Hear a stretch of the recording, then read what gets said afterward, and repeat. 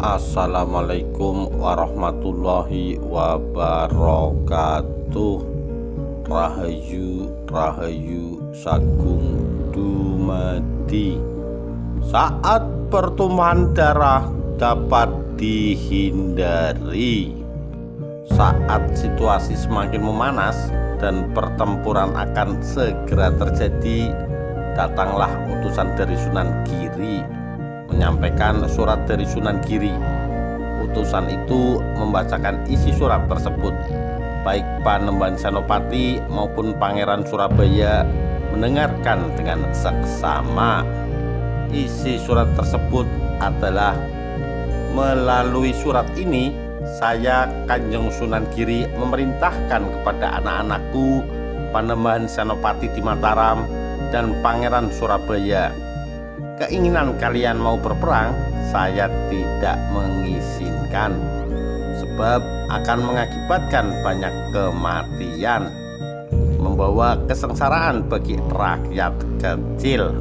Oleh sebab itu, sekarang kalian pilih isi atau wadah sesuai dengan pilihanmu masing-masing. Segera berdamai dan bersyukurlah kepada Allah, lalu segeralah pulang kembali ke negaramu, karena ridho Allah engkau ditakdirkan mempunyai kekuasaan tinggi atau rendah. Terimalah takdir dari Allah itu. Panembahan Senopati kemudian berkata kepada Pangeran Surabaya, "Adi Surabaya, apa kemauanmu berkenaan dengan perintah Sunan Giri? Aku dan Adi disuruh memilih isi atau wadah. Adi pilih yang mana? Saya menurut saja." Panembahan Senopati mempersilahkan Pangeran Surabaya untuk memilih. Maksudnya agar tidak terjadi salah paham. Lawang sudah disuruh memilih duluan. Selain itu, karena merasa lebih tua, maka yang lebih muda diberikan kesempatan lebih dahulu. Pangeran Surabaya menjawab, "Kakang Senopati, saya memilih isi saja, Kakang wadahnya." Panembahan Senopati pun rela dan ikhlas memilih wadah. Setelah masing-masing memilih, maka kedua belah pihak membubarkan diri dan pulang ke negeri masing-masing beserta seluruh bala tentaranya. Kemudian utusan Sunan Giri pun melaporkan hasil kepada Sunan Giri. Mendengar hasil yang telah diputuskan di antara kedua belah pihak, Sunan Giri pun berkata, "Ketahuilah, sudah pasti kehendak Allah. Panembahan Senopati memilih wadah itu memang sudah benar. Wadah itu melambangkan negara. Adapun isi melambangkan orang-orangnya. Jika orang itu tidak menurut kepada pemilik negara, sudah pada tempatnya jika mereka diusir.